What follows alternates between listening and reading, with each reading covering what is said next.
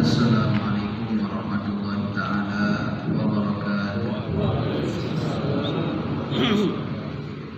Bismillahirrahmanirrahim. Wassalatu wassalamu ala Muhammadin bin Abdillah wa ala alihi wa sahbihi wa man wala.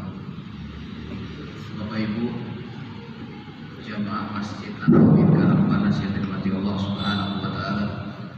Pertama-tama marilah kita panjatkan puja-puji syukur kita kehadirat Allah Subhanahu wa taala yang senantiasa melimpahkan rahmat, hidayah, pertolongan, kasih sayang, anugerahnya kepada kita hingga sampai saat ini kita masih diperkenankan, digerakkan oleh Allah Subhanahu wa taala untuk hadir di dalam majlis-majlis ilmu, mendengar daripada kalam-kalam ilahi, mendengar daripada hadisnya Nabi sallallahu alaihi wasallam, mendengar daripada nasihat-nasihat para ulama yang insya Allah ini menjadi sebab turunnya rahmat di kampung ini, menjadi sebab diangkatnya bala di kampung ini. Amin amin ya rabbal alamin. Bapak Ibu yang dirahmati Allah Subhanahu wa taala, kajian rutinitas mingguan Bapak Ibu di Masjid Al-Amin Karangpanas ini yang biasa diisi oleh kakak yang untuk sekian kalinya saya pun diminta untuk menggantikan beliau pada malam hari ini, yang seharusnya beliau mensempatkan diri untuk mengisi kajian karena beliau sekarang lagi berada di luar daerah, akan tetapi qudrullah pesawat yang beliau hendak tumpangi terjadi yang namanya penundaan keberangkatan, akhirnya beliau terlambat datang ke Lombok dan tidak bisa mengisi kajian pada malam hari ini. Saya pun sebagai adiknya diminta untuk menggantikan beliau insyaallah pada malam hari ini saja. Kita doakan Ustaz Hasan senantiasa dirahmati Allah Subhanahu wa taala, digampangkan segala urusannya, dilancarkan umurnya, dilancarkan segala urusannya fi khairin wa afiyah, amin amin ya rabbal alamin. Bapak Ibu yang dirahmati Allah Subhanahu wa taala, sebelum kita mendengarkan daripada hadis Nabi sallallahu alaihi wasallam yang akan dibacakan sama qari membaca pada malam hari ini, terlebih dahulu saya mengingatkan semoga Bapak Ibu sudah melafalkan daripada niat i'tikaf di masjid ini, yang dimana insya Allah biar semoga Bapak Ibu setiap duduk kita selama di masjid ini dicatat sebagai amal ibadah sama Allah Subhanahu wa taala. Selain ibadah menunggu daripada sholat selanjutnya, ibadah mendengarkan daripada kalamnya Nabi Sallallahu Alaihi Wasallam, ibadah daripada menghadirkan kajian, ibadah juga diberikan sama Allah Subhanahu wa taala daripada i'tikaf berdiam diri di masjidnya Allah Subhanahu wa taala. Nawaitul i'tikafa fi hadzal masjid ma dumtu fihi. Aku niat beriktikaf di masjid ini selama berdiam di masjid karena Allah Subhanahu wa taala. Bapak Ibu yang dirahmati Allah Subhanahu wa taala, sekarang lagi kita akan simak pembacaan hadis yang insyaallah akan sebentar lagi dibaca. Bismillahirrahmanirrahim. Bab yakin dan tawakal. Hadis ke-10. An Anas radhiyallahu ta'ala anhu qala qala Rasulullah sallallahu alaihi wasallam man qala ya'ni idza kharaja min baitihi bismillah tawakkaltu 'ala Allah wa la haula wa la quwwata illa billah yuqalu lahu hudita wa kufita wa wuqita wa tanahha 'anhu syaitan.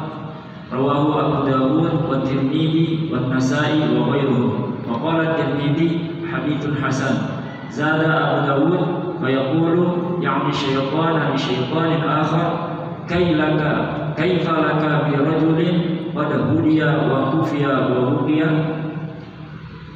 Dari Anas bin Malik radhiyallahu ta'ala berkata, Rasulullah sallallahu alaihi wasallam bersabda, barang siapa yang membaca bismillah tawakkaltu 'ala Allah wa la haula wa la quwwata illa billah, yang artinya dengan nama Allah aku bertawakal pada Allah, tiada daya dan kekuatan kecuali dengan pertolongan Allah.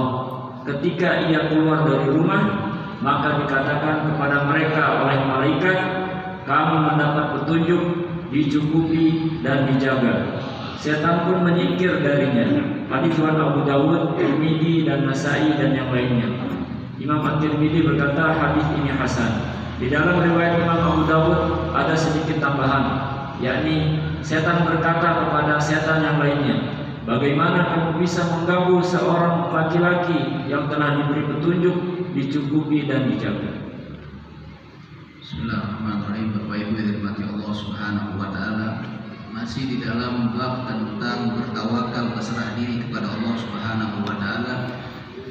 Di dalam bab ini di hadis nomor ke-10, hadis yang diriwayatkan oleh Sayyidina Anas radhiyallahu anhu, Nabi sallallahu alaihi wasallam mengajarkan kita untuk daripada membaca doa ketika kita keluar daripada rumah kita.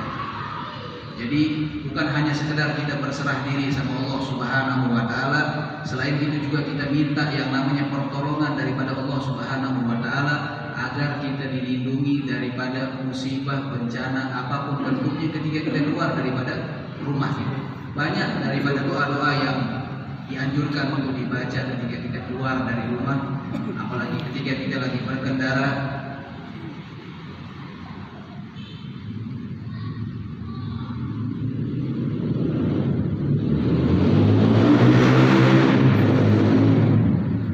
Di antaranya yang diajarkan oleh baginda Nabi besar Muhammad sallallahu alaihi wasallam, Bismillah tawakkaltu 'ala Allah, la haula wala quwwata illa billahil aliyil azim. Ini paling sedikit setidaknya kita baca setiap kita keluar daripada rumah kita, agar kita dijaga sama Allah Subhanahu wa taala. Sebagaimana kata Nabi sallallahu alaihi wasallam, kita diberikan petunjuk. Mungkin kita di perjalanan rumah jalan, Allah kasih kita tahu jalan. Mungkin kita tersesat di satu jalan, Allah kita lindungi daripada tersesat tersebut. Mungkin kita yang namanya yang tadinya mau tertimpa musibah, Allah Subhanahu wa taala jaga kita ketika kita meminta perlindungan daripada Allah Subhanahu wa taala. Namun ketahuilah Bapak Ibu yang dirahmati Allah Subhanahu wa taala, bertawakal kepada Allah Subhanahu wa taala ini hanya tidak dengan hanya sekedar berserah begitu aja sama Allah Subhanahu wa taala, tapi harus ada dibarengi dengan yang namanya sebab. Misalnya ketika kita ini ingin biar rumah kita dijaga, bertawakal sama Allah, tapi ada usaha kunci rumah dipakiin gembok. Ini namanya tawakal plus ada usahanya juga. Jangan nanti pengen rumah dijaga sama Allah Subhanahu wa taala, dia buka pintu rumahnya begitu aja, nggak ada usaha sama sekali, setidaknya ditutup. Begitu juga ketika kita keluar, misalkan kita yang keluar daripada rumah, lihat kiri kanan kalau nyebrang. Jangan nanti tawakal sama Allah langsung nyebrang, nauzubillah min dzalik, nanti ditabrak. Atau pengen berkendara, perhatikan kendaraan yang kita gunakan. Jadi jangan pakai helm cuma gara-gara razia aja. Jangan pakai spion cuma gara-gara takut sama polisi.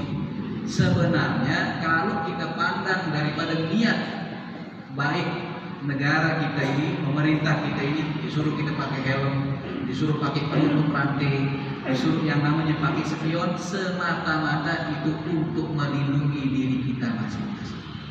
Bukan hanya polisi itu. Jangan kita pandang, oh ini ada polisi jahat, dia suka menangkap kita, mentang-mentang dilihat kita nggak pakai spion sebelah tangkap, cuma gara-gara nggak ada pinggir ditangkap, dirazia. Jangan kita pandang itu. Pandang kebaikan yang bakal kembali kepada diri kita.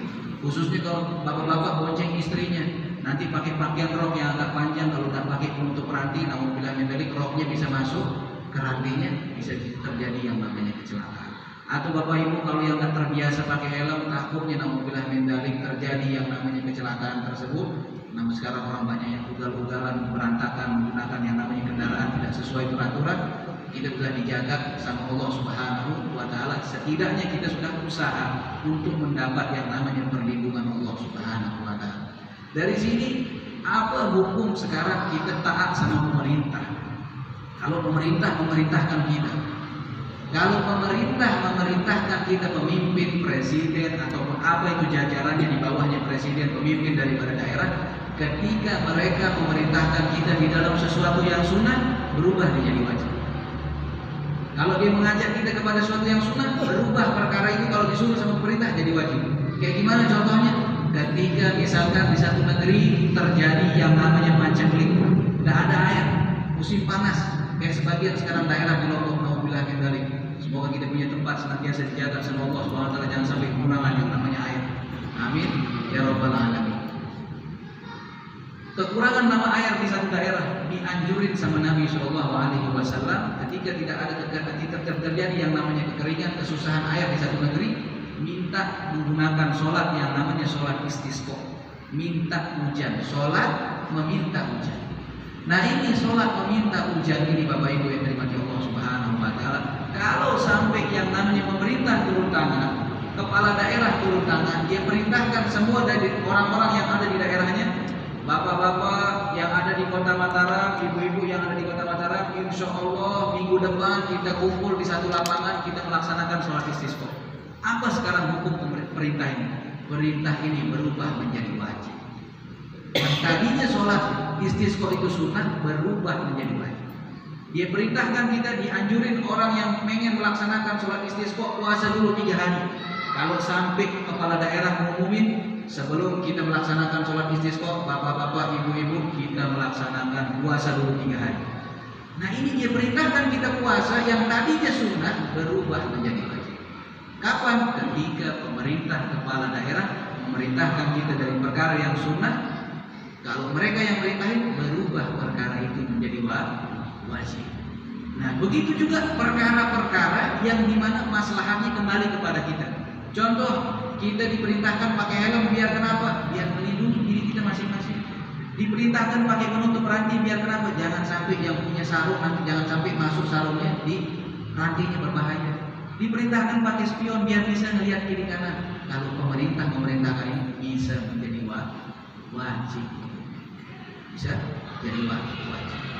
Namun kalau pemerintah yang merintahkan kita di dalam maksiat, tidak boleh kita taat sama sekali. Dia ajak, ayo kumpul-kumpul joget-joget. Pemerintah daerah ngajak kita seperti itu. Ayo kumpul-kumpul merayakan tahun baru. Ada joget-joget, ada dangdut dan sebagainya. Haram hukumnya kita taat sama pemerintah tersebut. Walaupun ya pemerintah yang memerintahkan, tapi kalau diajak ke namanya sesuatu yang haram hukumnya kita mengikuti. Karena ada hadis dari Nabi SAW, la ta'ata li makhluqin fi maksiatil khaliq. Kata Nabi SAW, tidak boleh kita taat sama makhluk ketika kita disuruh untuk bermaksiat kepada Sang Pencipta. Nah, kalau diajak kita baik, itu bagus. Tapi kalau diajak kita maksiat, tidak boleh kita taat sama sekali. Bapak Ibu yang dirahmati Allah Subhanahu wa Ta'ala, ini daripada doa yang kita diajarin nama Nabi SAW, minimal kita baca ketika kita keluar. Bismillahirrahmanirrahim. La haula wa la quwwata illa billah. Mulai sekarang insyaallah kita amalin setiap kita keluar, ya daripada rumah kita ajarkan sama keluarga-keluarga kita yang mungkin tidak hadir pada malam hari ini, ada anak-anak kita di rumah, kita ajarkan, biasakan biar dilindungi sama Allah Subhanahu wa Ta'ala. Bahkan di dalam riwayat ini diceritakan, syaitan kalau mendengar orang baca Bismillahirrahmanirrahim, la haula wa la quwwata illa billahil aliyyil azim, dia bingung. Dia ngomong sama setan yang lain, bagaimana ini? Ini orang sudah dilindungi sama Allah Subhanahu wa Ta'ala. Percuma kita ganggu lagi. Percuma kita ganggu. Dia sudah dijaga sama Allah Subhanahu wa Ta'ala karena sudah membaca daripada doa yang diajari oleh baginda Nabi besar Muhammad sallallahu alaihi wasallam. Bapak Ibu yang dirahmati Allah Subhanahu wa Ta'ala, lanjut di hadis selanjutnya. Bismillahirrahmanirrahim. Hadis ke-11. Wa an Anas radhiyallahu anhu qala kana akhawani ala ahdi Nabi sallallahu alaihi wasallam wa kana ahaduhuma ya'ti Nabi sallallahu alaihi wasallam wal akharu yahtarifu fashakal muhtarifu akhahu lin Nabi sallallahu alaihi wasallam faqala la'allaka tuzaku bihi. Rawahu Tirmidzi bi isnadin sahih ala sahih Muslim. Dari Anas radhiyallahu ta'ala berkata, di zaman Nabi sallallahu alaihi wasallam ada 2 orang bersaudara. Satu orang menyertai Nabi sallallahu alaihi wasallam untuk mencari ilmu, sedangkan yang satunya lagi bekerja. Lalu orang yang bekerja mengadukan saudaranya kepada Nabi sallallahu alaihi wasallam. Nabi sallallahu alaihi wasallam bersabda, barangkali rezeki yang diberikan kepadamu adalah karena dia. Hadis riwayat Tirmidzi dengan sanad yang sahih menurut syarat Imam Muslim. Bapak Ibu yang dirahmati Allah Subhanahu wa Ta'ala, di hadis selanjutnya ini riwayat masih dari Sayyidina Anas radhiyallahu anhu, ada cerita 2 orang bersama Nabi sallallahu alaihi wasallam. Yang satu bolak-balik mengaji kepada Nabi sallallahu alaihi wasallam, yang satu bekerja menafkahi saudaranya sendiri. Karena Nabi SAW kalau zaman sekarang dia punya pesantren zaman dulu, tapi tidak ada namanya. Tidak ada namanya. Jadi Masjid Nabawi itu zaman dahulu, Masjid Nabawi tersebut ada bagian sedikit kayak seperti terasnya sedikit daripada masjid itu. Di sanalah kumpul daripada Ahlus Suffah yang diketuai oleh sahabat Abu Hurairah. Ini Ahlus Suffah yang dimana pakaiannya tersebut satu helai kain, saking tidak punyanya orang-orang tersebut, satu helai kain yang menutupi bagian atas dan bawah. Saking mereka ini benar-benar orang kekurangan Ahlus Suffah. Ini Ahlus Suffah, mereka tidak makan kecuali menunggu daripada sahabat-sahabat Nabi yang memberikan. Ada makanan, makan tak ada. Yang dimana hari-hari mereka mengaji kepada Nabi SAW. Mereka ngaji, mendengarkan hadis dari Nabi SAW sampai ketuanya yaitu Imam Abu Hurairah, yaitu daripada sahabat Nabi SAW. Ini beliau adalah salah satu atau orang yang nomor satu paling banyak menghafal hadis Nabi SAW. Yang sebelumnya padahal Abu Hurairah ini suka lupa. Dia ngapal hadis pagi, lupa sore hari. Ngapal sore hari, besok paginya udah lupa. Sampai dia didoain sama Nabi SAW, dia setiap ngapal tidak pernah lupa. Mau ngapal apa aja, tidak pernah. Ini kelebihannya daripada sahabatnya Nabi Abu Hurairah. Jadi dari hadis ini ada seorang sahabat yang adik kakak, yang satu ngaji sama Nabi, yang satu sibuk bekerja dan menafkahi saudaranya. Yang menafkahi saudaranya ini, dia mengeluhkan saudaranya yang tidak pernah bekerja. Dia capek seakan-akan menafkahi saudaranya yang belajar, mondok, sekolah dan sebagainya. Dia mengeluh. Apa dijawab sama Nabi SAW? Mungkin ya, sebab kamu menafkahi saudaramu yang sedang belajar ini, itulah sebab daripada jalannya datang rezeki dari Allah Subhanahu wa Ta'ala. Boleh dah Bapak Ibu cek, kalau ada anak sekolah pasti selama anak itu sekolah ada aja rezeki. Tapi kalau anaknya biasanya sudah berhenti sekolah, agak berkurang rezeki. Boleh tanya sama anak-anaknya, orang tua yang punya anak masuk di pondok pesantren atau ada sekolah di sekolah umum. Selama anak itu sekolah, seakan-akan ada aja rezeki. Apalagi sebentar lagi nih, atau sudah masuk orang mulai tahun ajaran baru, mulai pengen masuk sekolah, mulai yang namanya harus beli buku baru, mulai anak minta tas baru, mulai yang namanya minta sepatu baru dan sebagainya, mau yang baru ya. Tapi insya Allah Subhanahu wa Ta'ala sudah jamin rezekinya orang-orang yang menuntut daripada ilmunya Allah Subhanahu wa Ta'ala. Karena ada hadis dari Nabi Sallallahu Alaihi Wasallam, Inallahu fi aunil abdi maka abdu fi auni akhihi. Sesungguhnya Allah senantiasa selalu di dalam menolong seorang hamba selama hamba itu senantiasa menolong hamba yang lain. Jadi selama dia menolong hamba yang lain, Allah tolong dia punya ya perkaranya dia sendiri.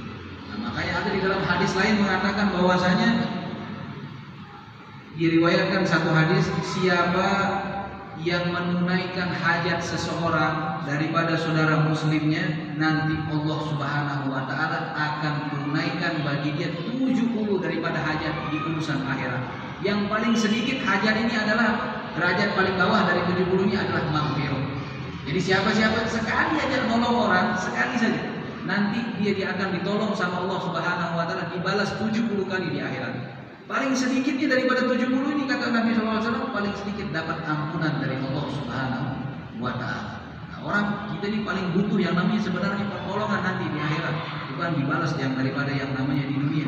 Sampai ada cerita seseorang yang sudah meninggal, diceritakan daripada alam-alam kubur itu, kisah daripada alam-alam kubur, dia menemukan daripada yang namanya amal-amal yang dia bingung, ditanyakan kepada Allah Subhanahu wa Ta'ala, ya Allah, aku tidak pernah melakukan amal-amal ini, kenapa kok banyak sekali aku ini punya amal? Aku tak pernah melakukan amal-amal ini. Apa Allah Subhanahu wa Ta'ala menjawab sama hamba ini daripada doa-doamu yang tidak sempat dikabulin waktu di dunia. Makanya orang itu ketika melihat balasan dari Allah Subhanahu wa Ta'ala yang begitu besar, dia bilang, andaikan semua doaku tak dikabulkan di muka bumi. Saking butuhnya kita di hari tidak ada pertolongan melainkan amal yang kita lakukan. Tidak ada orang tua, tidak ada saudara, tidak ada kerabat, tidak ada guru, yang menolong hanya Allah Subhanahu wa Ta'ala dengan amal yang kita bawa. Bapak Ibu yang dirahmati Allah Subhanahu wa Ta'ala, sebelum kita lanjut di dalam hadis yang selanjutnya ini, ada satu riwayat yang dikutip sama Imam Bukhari diriwayatkan dari Sayyidina Abdullah bin Abbas, yang dimana siapa-siapa pengen mustajab doanya, pengen cepat diijabah doanya, baca dulu doa ini. Karena ada riwayat yang mengatakan siapa-siapa yang mau cepat diijabah doanya, rajin-rajin bantu orang. Ada hadis bilang seperti itu. Mau cepat dikabulin doanya, mau jadi orang yang sekali doa langsung diijabah, rajin-rajin bantu orang. Tapi ada satu doa kita diajarin, riwayat daripada Sayyidina Abdullah bin Abbas, siapa yang pengen cepat mustajab doanya, baca doa ini sebelum minta sama Allah Subhanahu wa taala. Apa bunyinya?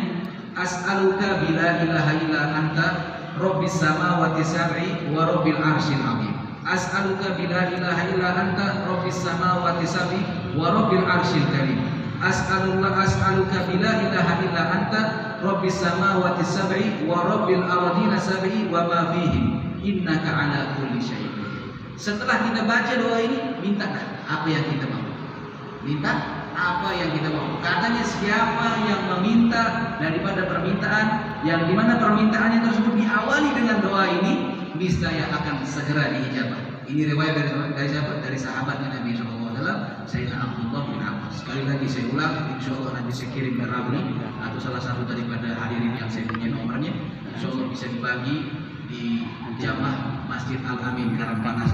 Apa katanya? Sebelum kita berdoa, ucap kalimat ini: As'aluka bila ilaha illa anta rabbis samawati sab'i wa rabbil arsyil azim. As'aluka bila ilaha illa anta rabbis samawati sab'i wa rabbil arsyil karim. As'aluka bila ilaha illa anta rabbis samawati sab'i wa rabbil ardis wa rabbil ardis sab'i wa ma fihim innaka ala kulli syai'in qadir. Insyaallah nanti salah satu daripada majlis orang sini saya akan kirimkan doa ini biar bisa dibagi-bagi doa tersebut. Kita minta sama Allah Subhanahu wa taala, selipkan kita punya doa sebelum kita meminta sama Allah Subhanahu wa taala, karena pasti ada di antara kita punya hajat yang besar, punya doa yang besar, punya keinginan yang besar, sampai saat ini mungkin belum diijabah sama Allah Subhanahu wa taala. Namun patut kita ketahui Bapak Ibu yang dimaksud Allah Subhanahu wa taala, ketika kita meminta sama Allah Subhanahu wa taala tersebut ada tata keramanya. Terkadang kita menyangka kita berdoa kenapa tidak diijabah sama Allah Subhanahu wa taala? Kadang kita tidak memperhatikan tata kerama daripada kita meminta. Di antaranya adalah mungkin kita waktu berdoa tidak tersungguh-sungguh meminta sama Allah Subhanahu wa taala, tapi tunjukin bahwasanya kita benar-benar butuh sama Allah Subhanahu wa taala, seperti layaknya kita dalam keadaan kepepet minta tolong sama orang dalam keadaan butuh. Begitulah lebih seharusnya kita lakukan kepada Allah Subhanahu wa taala. Dan di antara adab kita berdoa, awalilah daripada yang namanya berdoa ini dengan memuji kepada Allah Subhanahu wa taala, sebutkan daripada kita dosa-dosa, kemudian awali dengan mengucap selawat kepada Nabi sallallahu alaihi wasallam. Dan juga adab daripada yang namanya kita berdoa, carilah tempat atau keadaan-keadaan daripada waktu di mana doa tersebut mustajab. Di antaranya misalkan di malam Jumat, atau misalkan di malam-malam hari raya, itu tempat-tempat mustajabnya doa. Atau ketika bagi laki-laki yang hadir sholat Jumat, ketika khatib itu duduk daripada khutbah pertama mau naik ke khutbah kedua, itu tempat daripada mustajabnya doa. Atau hari Jumat di antara tempat mustajabnya doa. Atau yang setiap hari ada ketika malam hari orang-orang pada tertidur, ya ada daripada kita yang bisa bangun malam, itu tempat daripada mustajabnya doa. Nah, cari tempat-tempat mustajab doa ini biar segera diijabah sama Allah Subhanahu wa taala.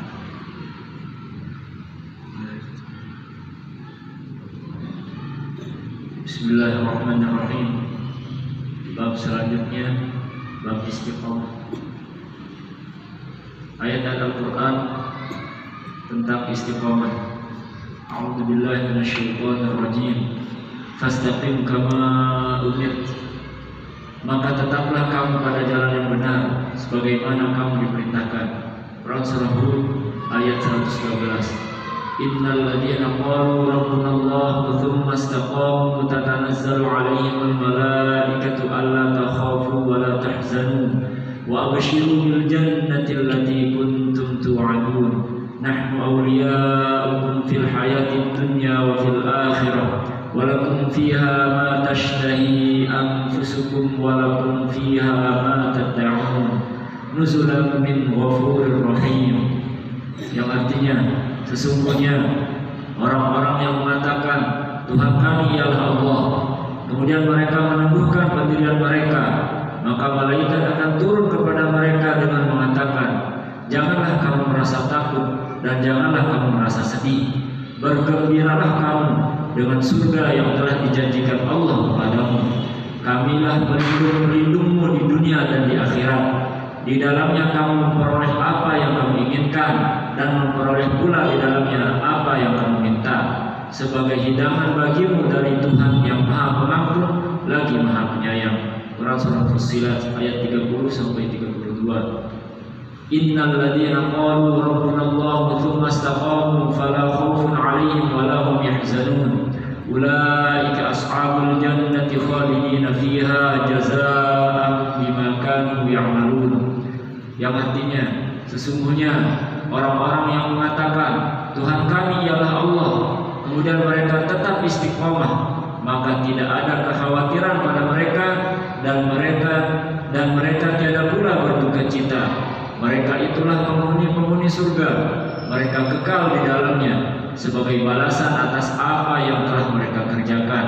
Quran surah Al-Ahqaf ayat 13 sampai 14. Hadis pertama, wa Nabi Amr wa qila Abi Amr Sufyan bin Abdullah radhiyallahu ta'ala anhu qala qultu ya Rasulullah sallallahu alaihi wasallam qul li fil islami qawlan la as'alu anhu ahadan ghairak. Qala qul amantu billahi thumma istaqim. Rawahu Muslim. Dari Abu Amr, ada yang mengatakan Abu Amr Sufyan bin Abdullah radhiyallahu ta'ala anhu berkata, ya Rasulullah sallallahu alaihi wasallam, beritahu aku tentang Islam sehingga aku tidak akan bertanya kepada orang lain setelah itu. Rasulullah sallallahu alaihi wasallam bersabda, katakanlah olehmu, aku beriman kepada Allah, kemudian istiqomahlah selalu dalam ketaatan. Hadis riwayat Muslim. Bapak Ibu yang dirahmati Allah Subhanahu wa taala, lanjut di bab selanjutnya tentang yang namanya istiqomah. Sebelum kita menjelaskan apa itu istiqomah, Bapak Ibu yang dirahmati Allah Subhanahu wa taala, ketahuilah kata ulama, istiqomah ini adalah perkara yang sangat besar yang tidak mudah orang mendapatkannya. Tapi kalau sampai kita diberikan istiqomah di dalam ibadah sama Allah Subhanahu wa taala, ketahuilah kata ulama, mereka ini adalah orang-orang yang tinggi derajatnya di sisi Allah Subhanahu wa taala. Loh, kok bisa seperti itu? Karena istiqomah ini ingin meninggalkan sesuatu daripada kebiasaan. Kebiasaan kita tidur, bangunnya kesiangan. Gimana cara biar istiqomah, biar bisa bangun sebelum fajar? Meninggalkan satu kebiasaan. Biasaan kita makan sehari 3 kali. Bagaimana cara kita menahan daripada yang namanya lapar? Istiqomah puasa Senin Kamis, istiqomah puasa di awal bulan, daripada kesunahan-kesunahan Nabi. Istiqomah untuk melaksanakan yang namanya sholat tepat pada waktunya. Istiqomah untuk melaksanakan daripada ibadah-ibadah perintahnya Allah Subhanahu wa taala. Makanya dibilang itu anugerah yang sangat luar biasa. Tidaklah yang bisa mendapatkan namanya istiqomah ini melainkan orang-orang yang besar di sisi Allah Subhanahu wa taala. Semoga kita dijadikan sama Allah Subhanahu wa taala orang yang senantiasa selalu dapat yang namanya beristiqomah menjalankan daripada perintah-perintahnya Allah Subhanahu wa taala, yang dijanjikan daripada ayat yang sudah dibacakan tadi, daripada surga-surganya Allah Subhanahu wa taala bagi orang-orang yang istiqomah. Akan sampai dikatakan yang namanya istiqomah ini, istiqomah khairun min alfil karamah. Yang namanya satu istiqomah ini lebih baik daripada 1000 keramat. Ada orang punya keramat kelebihan dikasih sama Allah Subhanahu wa taala.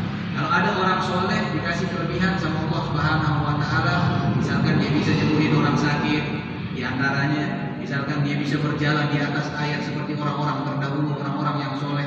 Ya, kalau munculnya dari orang soleh, ini namanya karamah. Kalau munculnya daripada Nabi SAW atau daripada anbiya yang lain, itu namanya mukjizat. Tapi kalau muncul daripada orang yang jauh dari Allah Subhanahu wa taala, itu namanya istidraj. Dari Allah Subhanahu wa taala. Istidraj, mereka sengaja dibiarkan, diberikan kemampuan tersebut untuk yang namanya makin pedih dikasih akal. Ada dukun, tidak pernah sholat, tidak pernah beribadah sama Allah Subhanahu wa taala, bahkan dia menyekutukan Allah Subhanahu wa taala, dia bisa terbang, dia bisa hilang, dia bisa nyembuhin orang sakit. Ini apa? Ini namanya istidraj. Apa istidraj itu? Suatu kelebihan yang diberikan sama Allah Subhanahu wa taala untuk apa? Untuk makin tambah dia punya siksaan nanti. Di antara istidraj apa? Orang-orang kafir dikasih panjang umur. Boleh bapak-bapak, ibu-ibu lihat di negara-negara kafir, orang-orang itu dikasih umurnya panjang sama Allah Subhanahu wa taala. Ya. Beda sama orang-orang di tempat-tempat yang biasanya banyak orang ibadah, cepat diambil sama Allah Subhanahu wa taala. Tapi orang-orang kafir ini dipanjangin umurnya sama Allah Subhanahu wa taala, dikasih harta yang banyak sama Allah Subhanahu wa taala. Yang kaya-kaya di dunia paling banyak, yang paling kaya punya gedung-gedung tinggi, mobil mewah-mewah, rata-rata orang kafir. Kenapa dikasih seperti itu sama Allah Subhanahu wa taala? Biar makin pedih dia punya adab nanti di sisinya Allah Subhanahu wa taala. Tapi kalau kekasih-kekasihnya Allah Subhanahu wa taala rata-rata dijauhkan daripada yang namanya dunia. Rata-rata dibuat miskin sebelum meninggal sama Allah Subhanahu wa taala. Biar apa? Biar ringan dia punya hisab. Sampai-sampai yang namanya istiqomah ini bapak-bapak dan ibu-ibu dibilang jauh lebih baik daripada karomat, lebih baik daripada 1000 karomat. Makanya mungkin bapak-bapak ibu-ibu jarang sekali dengar yang namanya keramat dari sahabat. Dari sahabat Nabi jarang disebutin keramat. Tapi kalau orang-orang setelah sahabat, ada wali ini bisa terbang, ada wali ini bisa jalan di atas air, ada wali ini dari tempat satu ke tempat yang lain dalam waktu sekejap. Sahabat Nabi yang dekat sama Nabi setiap hari beribadah, kita tidak pernah dengar bahwasanya jarang keramat yang disebut. Kenapa demikian? Karena istiqomah jauh lebih afdol daripada yang namanya keramat. Makanya keramat itu bukan menunjukkan orang ini lebih utama, tapi keramat ini hanya sekedar menunjukkan dia punya kelebihan. Dia punya kelebihan, tapi bukan berarti dia lebih utama. Sahabatnya Nabi, walaupun jarang disebutin keramat, jarang ada yang punya keramat, tapi ibadahnya istiqomah di dalam Allah Subhanahu wa taala. Makanya mereka sahabatnya Nabi jauh lebih afdal daripada kita orang. Ya, mereka jumpa sama Nabi Shallallahu Alaihi Wasallam. Ya, mereka beribadah sama Nabi Shallallahu Alaihi Wasallam. Ya, meninggalkan daripada yang namanya perkara dunia, fokus beribadah sama Nabi Shallallahu Alaihi Wasallam. Nah, masuk di dalam bab istiqomah ini, Bapak Ibu yang dirahmati Allah Subhanahu wa taala. Apa itu istiqomah? Ya, sebagian ulama mentafsirkan bahwasanya istiqomah itu adalah taubat tanpa kita melakukan dosa terus-menerus. Kita sudah bertaubat, tapi kita tidak lagi melaksanakan dosa yang sifatnya terus-menerus. Kemudian apa lagi definisinya? Wa amalun bila futurin. Kita melaksanakan satu amal perbuatan tanpa ada rasa lelah. Ini namanya istiqomah. Terus melakukan sholat di waktu tepat pada waktu. Terus melaksanakan daripada kesunahan-kesunahan Nabi tanpa dia merasa lelah sedikit. Ini baru dibilang istiqomah. Apalagi definisinya di antaranya ikhlas bila iltifat. Dia ikhlas, rela ketika melakukan satu perbuatan kebaikan tanpa dia menoleh lagi akan kebaikan tersebut. Dia